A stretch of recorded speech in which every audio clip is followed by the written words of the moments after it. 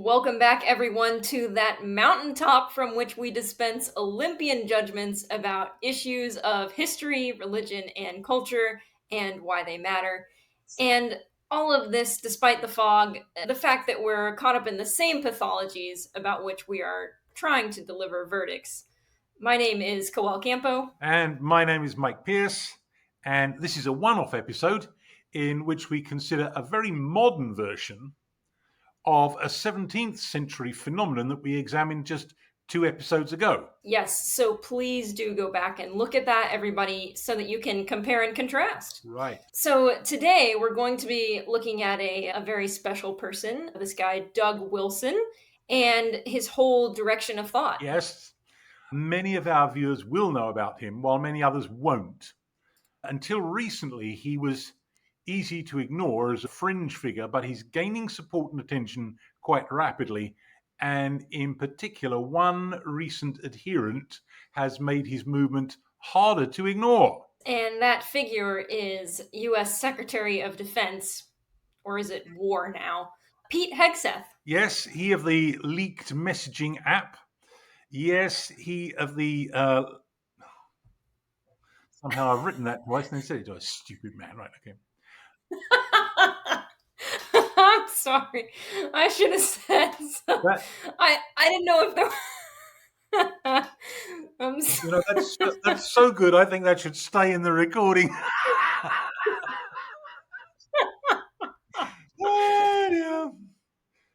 How does it feel to be working with someone who has a brain the size of a pea?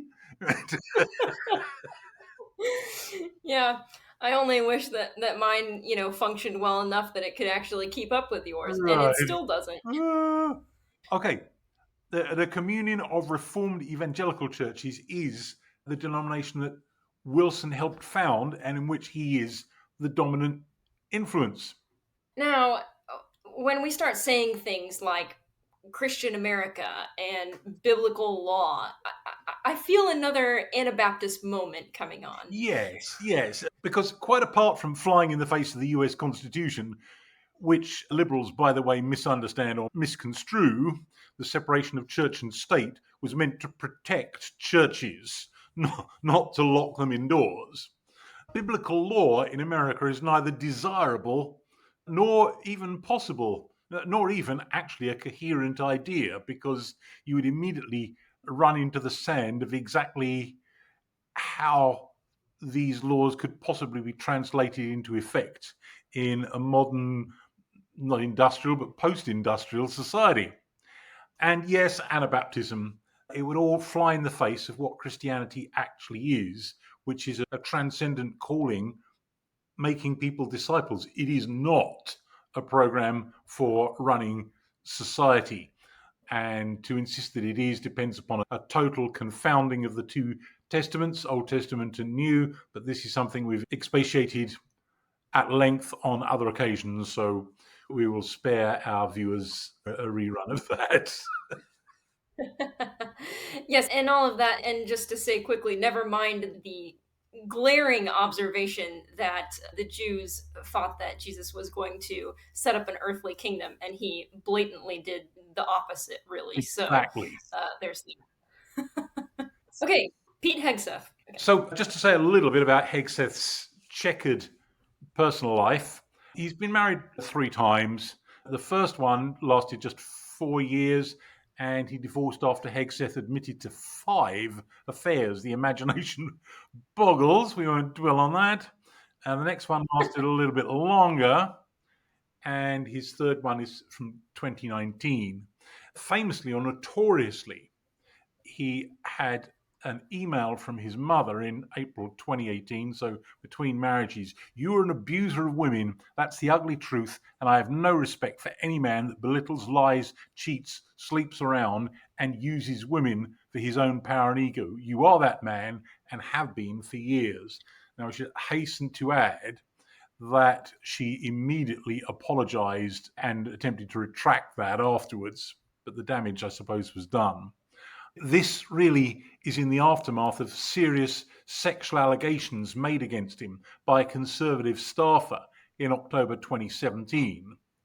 He paid $50,000 in a non-disclosure agreement in 2020 to end the matter. Hegseth claimed it was concerned a consensual encounter, and his lawyer claimed it was an attempt at extorting money from him because he was a prominent public figure. So it sounds like his mother's eruption was in response to the surfacing of these sexual allegations. yeah, I mean, however we interpret the competing claims, it's clear that he was at best mired in a sordid lifestyle, and yes, very possibly worse. But this is a family channel, and we're not going to go any further into all of that. Right. Not a nice person, Well, basically. yeah, but then put that against this from a more recent interview that he gave to the Nashville Christian Family. And he says about 2018, so just while the allegations were boiling, I entered the Colts Neck Community Church, that's in New Jersey, with my wife. Now, you might want to look back at the previous slide here. His wife is going to be a reference to his present wife, the one he married in 2019, the following year. And faith became real. During those days, the message of Christ really went the 12 inches from head to heart. And he says, in a Bible and book study, a study of Doug Wilson's My Life for Yours, accountability in meeting with other men who can share openly, not some giant confessional, is a treasure. It's a fortification of brotherhood. And it refers to the fact that he had moved from New Jersey since, after getting married again, to Tennessee, where he still lives. And he's part of one of these churches connected with Doug Wilson now. So, what are we supposed to make of all of this religious stuff? Well, like I say, it's taken from an interview with Nashville Christian Family.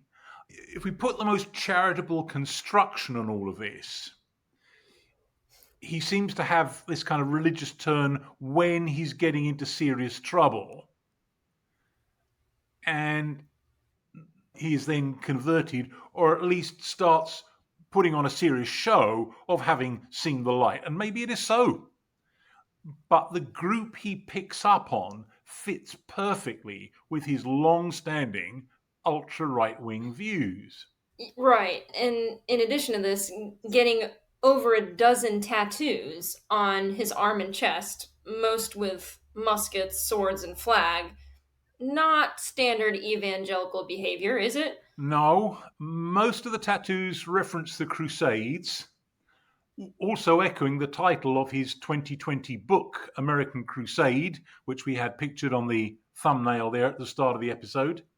Yeah, and so 2020, so this is after his charitably interpreted religious turn, then. Yes, the Jerusalem cross is originally a Crusader symbol, but in practice it's now standard among hard right and Christian nationalist groups. That's now become one of their symbols. So now that description, Christian nationalist, gets waved around a lot. I mean, what is actually meant by it? And how far is it just liberals blowing off against anyone they don't like? Right, exactly. Well, this is the trouble with a whole load of terminology used by right wingers and left wingers and others. And this has been going on, for a long time. Socialists and communists, fascists, racist, which tends to get thrown at people who are merely not going along with a particular agenda rather than seriously being any of those things. However, simply because that label is misused does not mean that the real item, Christian nationalist, doesn't exist, right? And it is not unfair to characterize Hegseth and Doug Wilson and their organization with this label. In fact, Doug Wilson embraces it himself. And that's no small part of what we're going to be looking at today.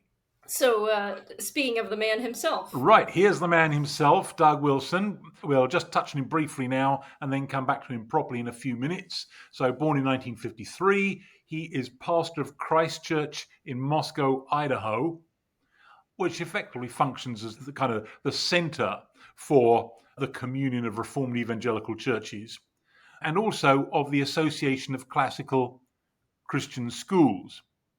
this last bit, the Association of Classical Christian Schools, that is a very widespread and influential movement. So I'm assuming surely not all of its participants are supporters of the Hegseth Wilson program. Well, yeah, in fairness, I know for a fact that many in that movement or who run those kind of schools are very uncomfortable with the Doug Wilson connection. Part of the problem in dealing with this is that, swallowing the whole reformed thing for a moment, because this is pretty strongly reformed, Wilson is indeed touching on many things that need saying. Now, if anybody wants to look at his recent interviews with Pamela Brown of CNN, you will find that he is not, if you're not familiar with him already, you will find that he is not the kind of personality that you would expect. There are some of these kind of ultra right-wing preachers, and you only have to listen to them for 30 seconds, and you're already thinking to yourself, oh, you're absolutely horrible, and just turn off. You've got it. He doesn't come across like that at all. Right? He is pretty hard-boiled, but he's reasonable, and he puts across extremely unpopular opinions in their softest possible guise. Right? Mm-hmm. So perhaps that just adds to his appeal in the long run. He is not a tub thumper. Right. The homeschooling is, in principle at least, a very good idea, and becoming a better idea all the time, given the state of a lot of public schools. And Right. it's true that a classical emphasis is sorely needed in all education. You know, we are dealing now with a population that is and feels itself to be utterly rootless.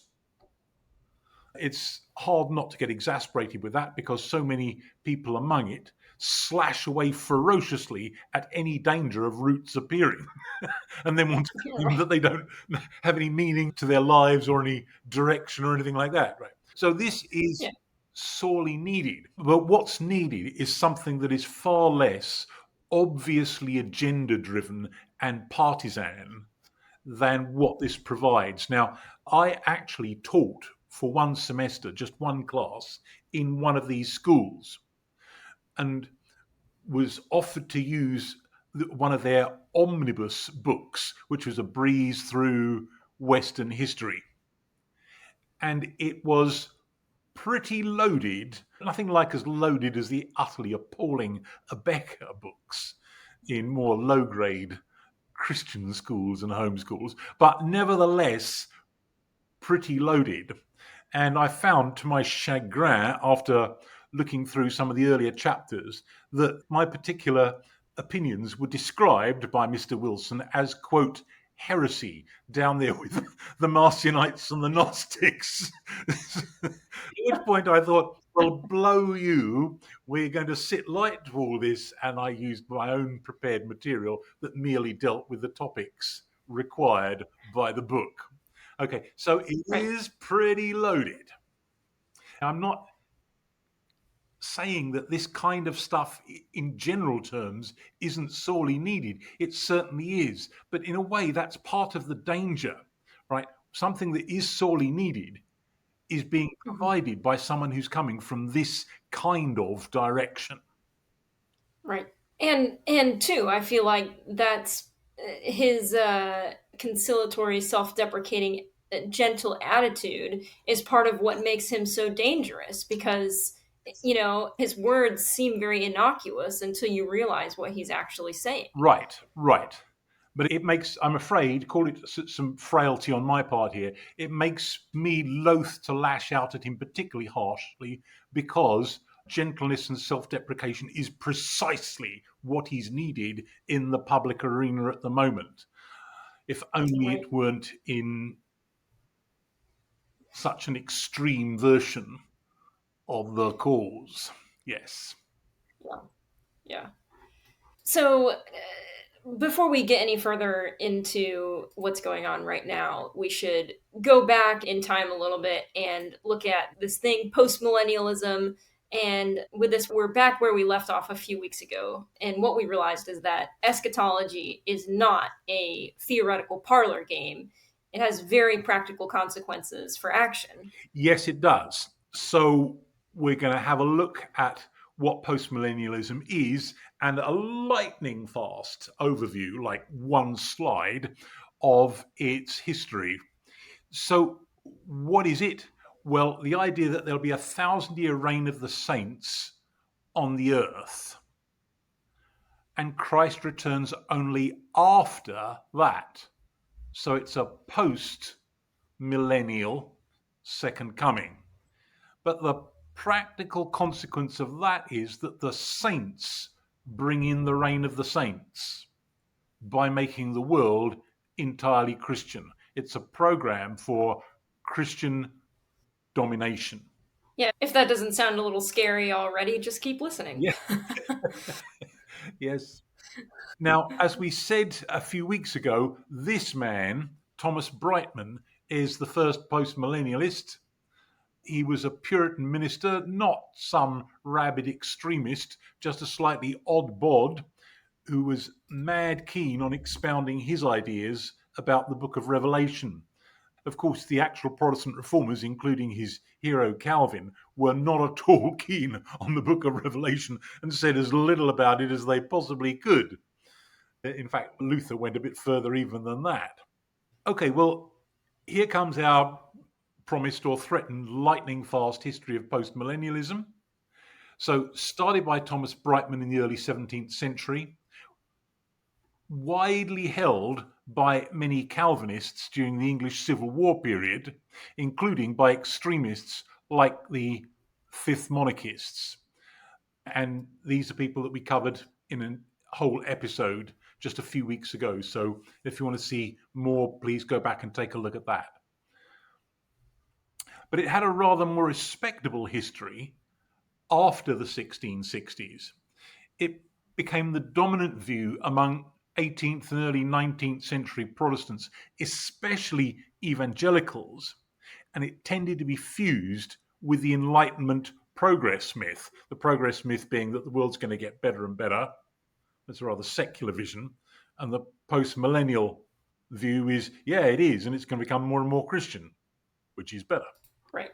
And the 18th and early 19th century Protestants that we're talking about here are like the Jonathan Edwards, the Wesleys, etc. Yeah. In the 19th century, Charles Grandison Finney, all of those, that was the standard view among them. Well, it was then abandoned by most evangelicals from the late 19th century. And many liberals, however, held on to a highly secularized form of it, equating Western technology and managerialism with the kingdom of God. Yes, and this was the point where evangelicals switched to its opposite, extreme dispensationalism, which is nominally, at least, where most of them are still at. Right, yes, it is. In fact, so much is that the case that most evangelicals who hold to this, particularly in America, don't even know that they are dispensationalists. They just think this is what the Bible says. Right, right. Which it does. Yeah. But yes. Yes. So now, why did the liberals in particular stick with the postmillennialism? Well, because it had become simply a religious aspect of Enlightenment optimism about the future of humanity. The world is getting better and better, and it doesn't matter that people are slowly ceasing to go to church because there's this diffuse kind of like Christian civilization going on. Those people who've read C.S. Lewis's That Hideous Strength will recognize this. He creates a character in there called the Reverend Strake, who is a figure of fun. And he is one of these kind of woolly, totally secularized liberal clergymen who thinks actually this. Yes. And in recent decades, it was associated with some triumphalist charismatics in the 1970s, whom I encountered in my life as a young Christian. But it has since become the province of usually ultra Calvinist fringe groups. Okay, so now this last point is what this episode is really all about. Exactly. But the problem is that these groups are no longer fringe. 15 years ago, we could have dismissed them as part of a lunatic fringe, but they have greatly increased support. Yeah, this is something that Wilson himself recognizes in that recent CNN interview. He says something like, a while ago, we were fringe, but the excesses of woke have caused many people to take a second look at us and come our way, or something like that. Yeah, that is in essence what he said, and he's right about that. I mean, this is part of the problem that America, particularly, but Western societies in general, are in now. That reaction against excesses from one group is likely to make people swing in the opposite direction, and that in turn is likely to cause other people to swing in the first direction. And so the kind of, well, center ground, the rational ground, is being emptied out, right? So, he is right about that. Yeah. Yeah. So we need to think now about Rushdoony and Christian Reconstructionism. So this guy Rushdoony, his ideas are what Wilson is building upon. Well, in the CNN interview, when he was asked about this, he tried not very forcibly to distance himself a little bit from that. And I think he said he wanted some kind of Christian reconstruction, but he wasn't a Christian reconstructionist, and his dependence on Rushdoony had been overstated, and so on. So it sounds to me like the answer is yes. But he wants to soften it a little because Rushdoony's reputation is pretty horrendous. Well, here's the man himself. So, Rousas J. Rushdoony, an Armenian American Presbyterian minister. You can see his date of birth there, 1916. Well, the Armenian genocide was in 1915. He was conceived in Anatolia, and his parents fled the genocide and washed up in New York, and then later moved out west. So he was born in America. He was strongly influenced by Cornelius Van Til's apologetics, and his Institutes of Biblical Law is a foundational text of Christian Reconstructionism arguing for theonomy. Now, we touch upon this kind of apologetics in episode 2 of our series on apologetics, and you can see that at the link. But more importantly, theonomy. Right. Well, to deal with the apologetics thing first, this kind of apologetics is what we call presuppositionalism. And it's basically that human minds are totally corrupted by the fall, they can't possibly think straight. And rationalism leads only to irrationalism. Well, that is perfectly true, actually. But that therefore you have to presuppose something as being true as the basis for knowing about the world, and that something is the biblical revelation. So it's kind of fideist in a way. An only slightly more moderate version of that was popularized very much by Francis Schaeffer. Theonomy is the idea of divine law. So biblical law, as conceived by these kinds of people, is what needs to be imposed upon society. Yeah. Right. Which maybe to the average Christian, you might be thinking to yourself, oh, that doesn't sound like such a bad idea. But like you said before, we've talked at length about why That's not a good idea. Right. Well, here we've got his famous book, The Institutes of Biblical Law. Now, that title is very, very consciously echoing Calvin's Institutes of the Christian Religion. That's what he's doing. So he's trying to produce something which he hopes will be just as influential as that and run in parallel with it and lay out a blueprint for how America should be run. So, as well as arguing for public law to be shaped by the Old Testament, Rushdoony asserted that Christianity and democracy are inevitably enemies. Now, before we go any further, do you think that that's true, that Christianity and democracy have to be enemies? Let's be mischievous for a moment and say yes. And here's the very simple reason why. Because democracy, demos kratos, power of the people, means organizing society on the basis of what people want. Well, what do sinners want? Because people are sinners. So you could say yes.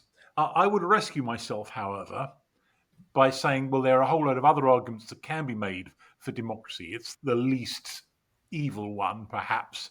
But that's not a Christian argument. That's a secular argument, even a rational or rationalist, I don't know, argument.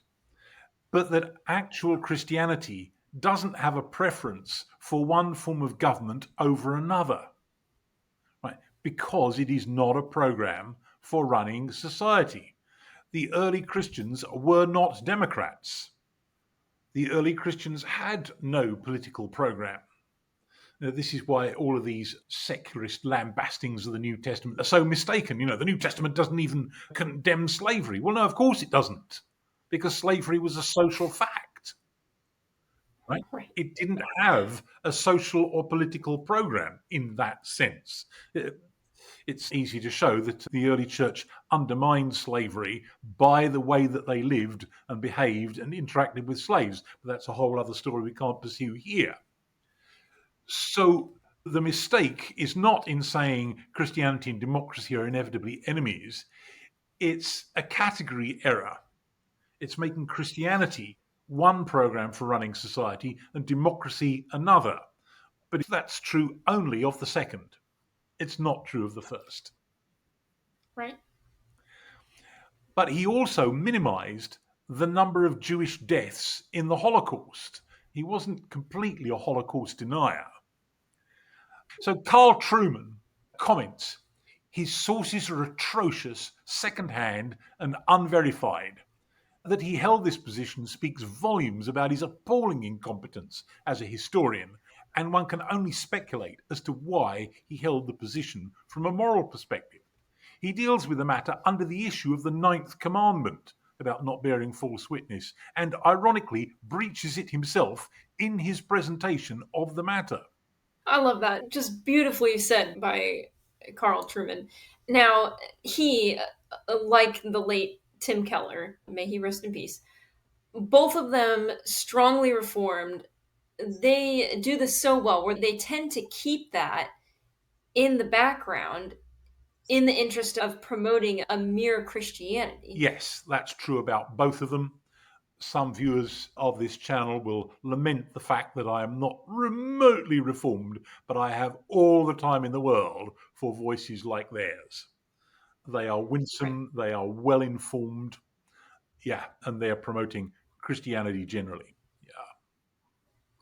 Yeah. Okay, but it's not just Truman who thinks that this was terrible. Cornelius Van Til, he of the apologetics that had so strongly influenced Rushdoony, was anxious to distance himself from Rushdoony's project. He says, I'm frankly a little concerned about the political views of Mr. Rushdoony and Mr. North, that's Gary North, and particularly if I am correctly informed about some of the views Gary North has with respect to the application of Old Testament principles to our day. My only point is that I would hope and expect they would not claim such views are inherent in the principles I hold. Now, there is an extremely embarrassed man. Right. Between the lines, it sounds like Van Til was quietly appalled at Rushdoony and wanted to say, "Don't blame me for this stuff, folks." Yes, and it's all the more remarkable because, on most measures, Van Til himself would be considered fairly extreme on the reformed spectrum. But I think he does have a clean bill of health on this political stuff, at least. Yes. Right, right. Okay, so let's go ahead and go back now to the man himself that this episode is about, who has stirred up so much controversy. Okay, so here's a potted biography. Born 1953, his father was an evangelist who later ran a Christian bookstore in Moscow, Idaho. He served in the US Navy in submarines, actually, and he studied at the University of Idaho. He's married with 3 children. He's minister of Christ Church, Moscow, Idaho. He's a prolific author and the founder of many organizations and helped set up the Communion of Reformed Evangelical Churches, as we've said.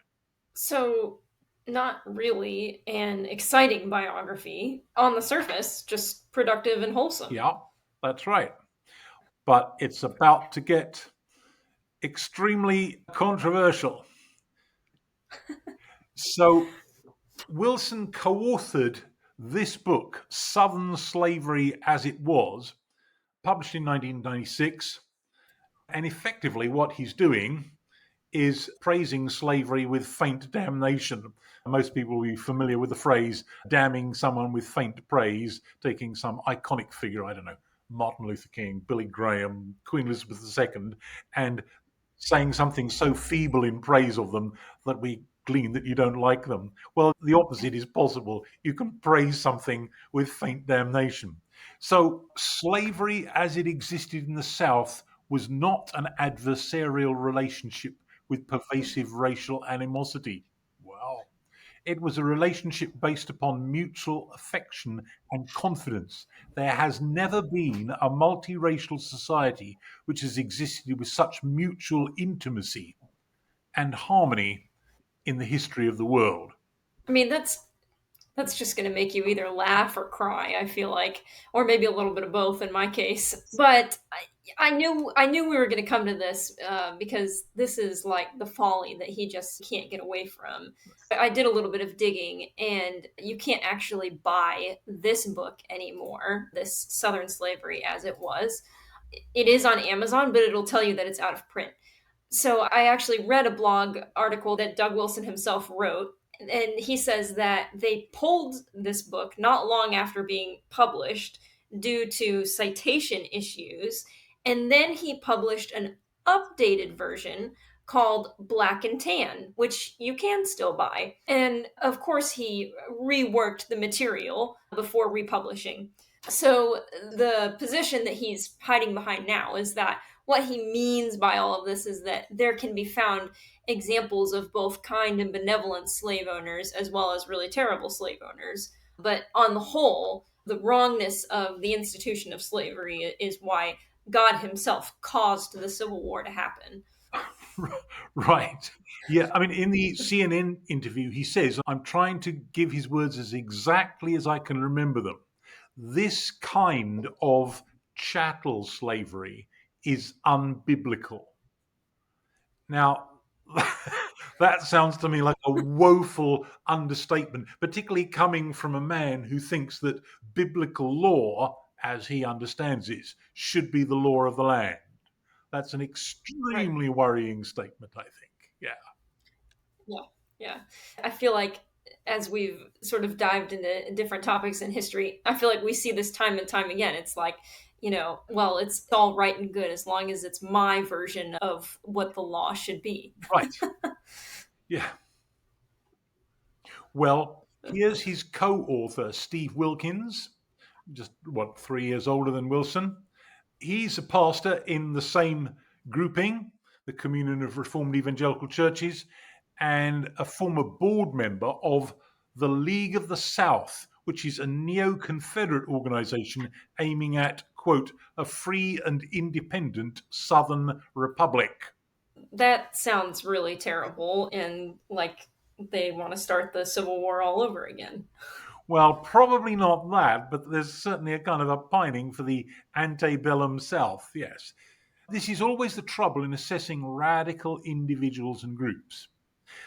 Are the accusations made against them exaggerated by hostile people who don't like their general drift and so seek to discredit them by insisting they're saying more than they really are? Or are they, in fact, dangerous extremists covering their butts with soft words that really mean more than they will say explicitly? And in respect of Wilson and Wilkins, I think the answer is clear. Yeah. Yeah. Now, Wilson is certainly not afraid of engaging in debate and dialogue with a whole range of people.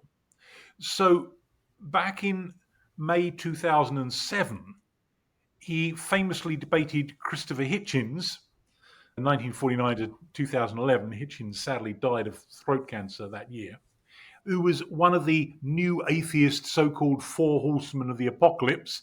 Some viewers might remember that the others were Richard Dawkins, Sam Harris, and Daniel Dennett. And they even co wrote a book, Is Christianity Good for the World?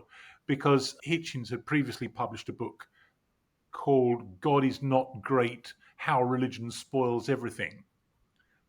But you can see here from the publicity photo that this is actually pretty good natured. Yeah, I feel like this just adds to, again, what you were saying earlier. It's so hard in some respects to dislike this guy, Doug Wilson. Like, oh, wow, maybe he really is doing great things for Christianity. But then, all you have to do is go back a couple minutes and look at the comment about slavery, and Right. you're like, oh, yeah, okay, no. All right, this is what we're dealing with. Very, very hard to get past that. Yeah, yeah, yeah. Just as a Yeah. by the way, I mean, Hitchens hilariously described Wilson's views as, quote, weapons grade Calvinism, Right. which is fair enough, I suppose. Although we might add, and this is a point we made in our episode on the Fifth Monarchy Men a few weeks ago, that Calvin would totally have disavowed postmillennialism for a start. He might have approved, or no, he would have approved of theonomy, though, I think. Even if he didn't get there himself in Geneva, the city council hedged him about a bit too much. Okay, so looking at a bunch of different organizations in Moscow, Idaho, that Wilson started himself, in all of these hugely increasing the reach of his influence. Right, yes. Well, here we've got a picture of the town. It's known as America's most post-millennial town. About 10% of its 25,000 population belong to Christchurch or Trinity Reformed.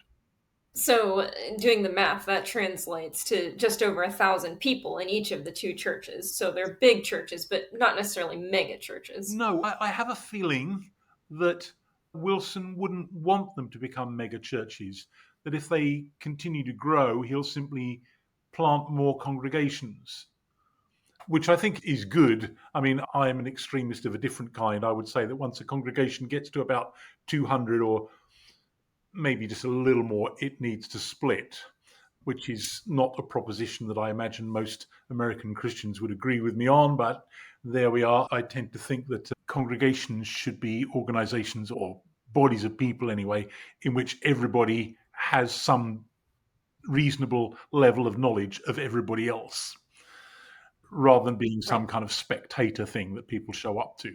But nevertheless, yeah, okay, he's making some move at least in that direction.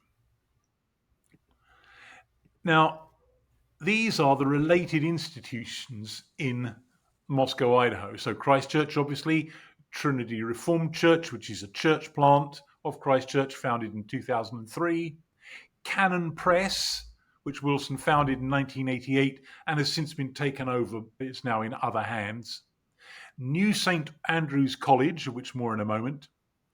The Logos School, which was one of the first modern classical Christian schools, founded by Wilson in 1981. And it's headquarters of the Association of Classical Christian Schools, which Wilson founded in 1993 and now credits around 500 schools. the Collegiate Reformed Fellowship, which is a campus ministry founded in 1995, mostly operating in the State University of Idaho, which also has a presence in Moscow. And Greyfriars Hall, which has a 3-year unaccredited ministry training for men only. Yeah, I feel like that brings up an important point that we should mention, that both Christ Church and Trinity Reformed Church are very much male only leadership. Yes, their opposition to feminism in every aspect of life is open and programmatic. And it's that, perhaps more than any other single feature, that has got them into trouble with the political, religious, and social establishment. Right, but isn't that exactly what makes them appealing to many men? Yes, and that's both good and bad. Yeah. Right, because there's a very large segment of society, not just men, who think it's all gone too far. As indeed it has, where men are constantly belittled, boys treated by the school system as defective girls, and in collective crisis, all true. But there neither will be nor should there be a rolling back of women's participation in the workforce or right to vote. Yeah, wait, does that mean that they think that women shouldn't vote? Well, they call it household voting, but we know what that means. So, Yes, yes. yes. On a slightly amusing note, I was looking at Trinity Reform's website, and they have 9 men on staff there, their leadership, and they have an average of 4.78 children. So they really are into males in charge, getting married, having lots of children. Now, at least the second and third points of those, I'm all in favor of. Right? And there's a whole load of other Right, people who would say yes to that. I mean, of course, right. for many people, even my approval of those things makes me an object of rebuke. So I used to say to students, I'm in favor of reactionary fascistic things like getting married and having children as my way of kind of Mhm. goading them and making them laugh. Yeah. But you can see that anybody who, like me, can see that, and there's a lot of people who can see that, will look at Wilson and say, well, yeah, maybe we're pushing the envelope a little too far in the opposite direction, but, no, maybe it's worth swallowing this because, and all of that. Right. Mhm. Right, right. So, yeah, this is part of the problem with dealing with a group like this, but it also helps to account for why they're growing, because there's tens of millions of young men who feel like their lives are pointless, rootless, devalued, and there's no point even in aspiring to be a providing breadwinner because that is considered oppressive. So, what is the use of me? Right. And what always surprises me is when I see, lots of young women who are really holding up Doug Wilson and his ideas and his theology, and which is just so confusing to me. But then it makes sense when you think of, at the same time, what women want are, strong men who can be leaders of the house. So Right, but maybe it it's can be done okay. without having theonomy. Yes, yes. I think that my husband and I could probably prove that point. Yes, well, I think quite a few households could, but unfortunately, we're part of that Right. kind of minority that is not being listened to by either side right now. Yeah. Yeah. Okay, well, here is New St. Andrews College, founded in 1994, yes, by Doug Wilson, currently with about 270 undergraduates and 27 faculty. And it has a unified program of liberal arts. That means all students do this, focusing on classic primary texts in religion and Western civilization. This is a very distinctive institution. It promotes a consistently reformed, i.e., Christendom worldview, and of course, postmillennialism. Yes, that's what it's churning out. So the classical stuff is welcome. Some of the other politicized stuff and postmillennialism is very, political. Much less welcome, yes. Right. Producing little soldiers for Christ, we could say. Well, yeah, because the Crusades image is important for them. You know, they think this was all great, as does Mr. Hegseth and his tattoos. Yeah. Right. Yeah, I don't really want to think about what Mr. Hegseth's tattoos are You don't want to see saying. some of the pictures I've seen, I tell you, right? I won't go looking. No. Okay, so up until now, this channel has been breaking everybody's bank accounts with its book recommendations, and now you are disrecommending one. Well, yeah. Really, I'm mentioning it not because I'm telling people don't buy this book, though I think I would tell them that on balance, but because a number of years ago now, I was called upon to write a review for this book. And it's a great example of the kind of stuff coming out of New St. Andrews College in Moscow, Idaho. I thought it would be fine. I mean, the title itself tells me that I'm not exactly likely to agree, right? Defending Constantine. But that's okay. It was published by IVP, who published a couple of my things. Well, three of my things. So it has to be good, right? No. Leithart is a prolific author himself, actually. He was Dean of Graduate Studies at New St. Andrews College when this was published, 15 years ago. But now he heads something called the Theopolis Institute in Birmingham, Alabama. Aren't you delighted the way I managed to pronounce that? Right. And he argues that the whole of Jesus' teaching and activity is that should be an R, teaching and activity, Mr. Leithart. Anyway, abundantly instructive to rulers and models and teaches rulers to rule like Jesus. Yeah, rule like Jesus. I do see the problem Yeah, there. there is a problem. Yeah. Well, let me give you, I promise, a much abbreviated version of my review.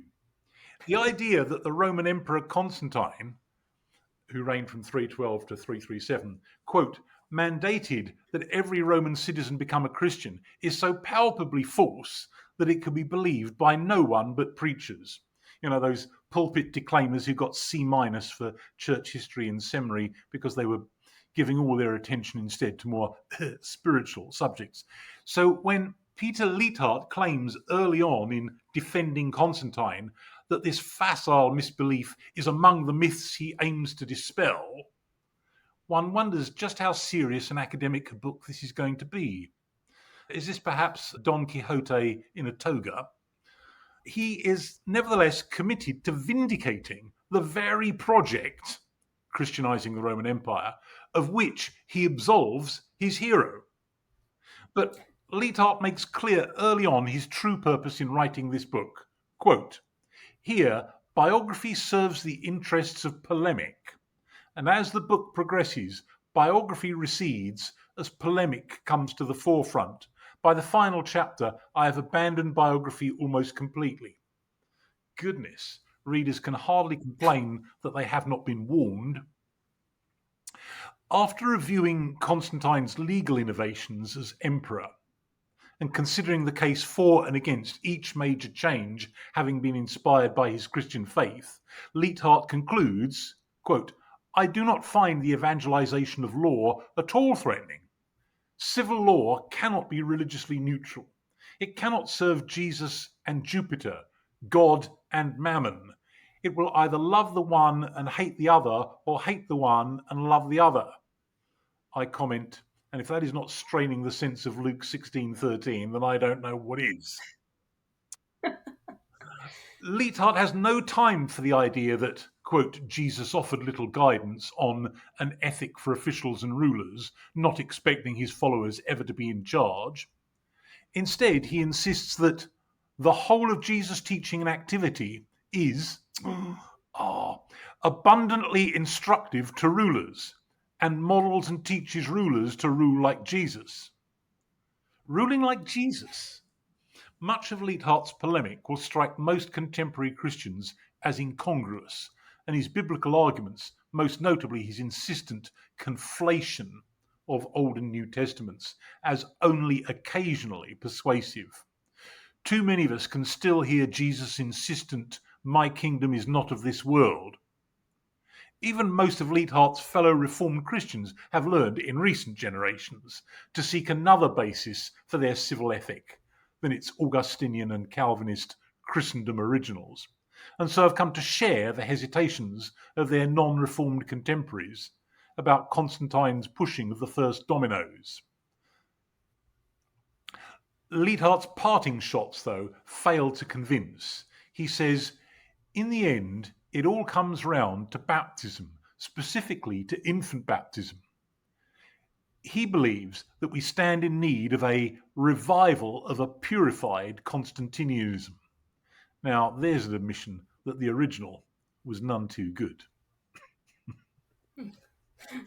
Yes, but that's not really too much of a digression from this. It gives you the feel of how someone from this kind of stable wants to reason, in this case about the past.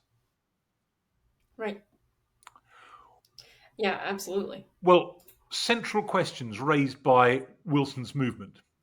If the return of Christ is to be expected only after a worldwide triumph of Christianity, then why did no Christians understand this until the early 17th century?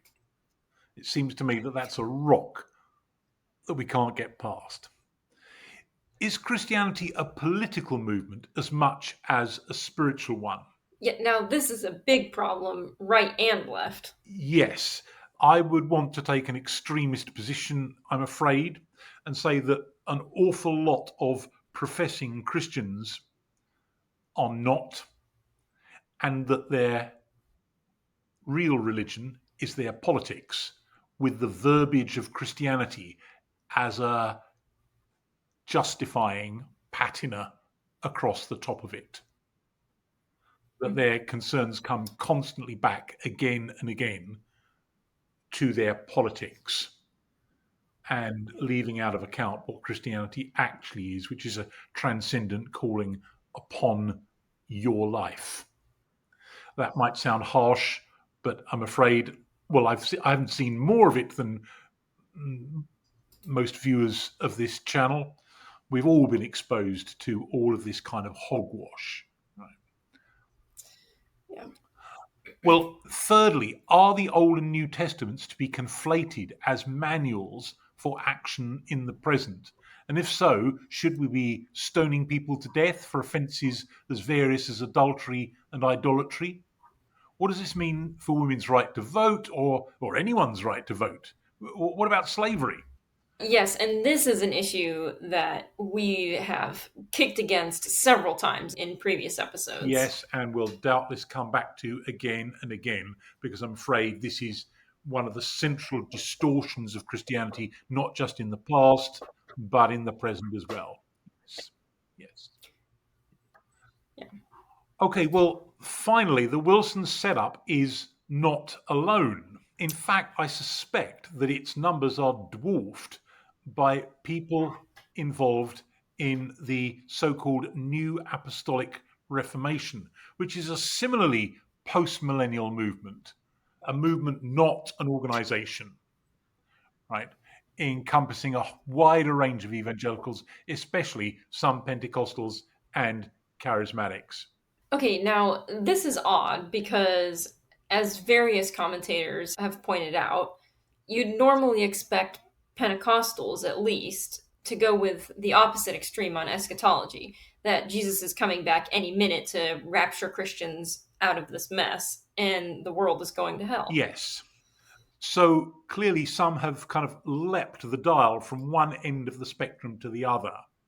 Some knowingly, some perhaps, and this is going to sound rather nasty and I'm sorry, but some perhaps simply carried along by a whole swoosh of spiritual sounding rhetoric and not really understanding what they're doing or the implications even of their previous position, let alone of their present one. Yes. Now, I said this is a movement, not an organization. That is, that it doesn't have a headquarters. It's simply a tendency within an awful lot of churches. The coiner of the term New Apostolic Reformation was Peter Wagner, who was the sort of church growth guru. He says our theological bedrock is what has been known as dominion theology. This means that our divine mandate is to do whatever is necessary by the power of the Holy Spirit to retake the dominion of God's creation, which Adam forfeited to Satan in the Garden of Eden. It's nothing less than seeing God's kingdom coming and his will being done here on earth as it is in heaven.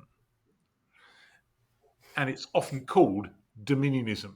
And we could add Seven Mountain Mandate is another name for basically the same thing. Yes, yes. And that's not a biblical term. That's a description of a number of the major institutions in society, politics, the law, education, the media, and so on.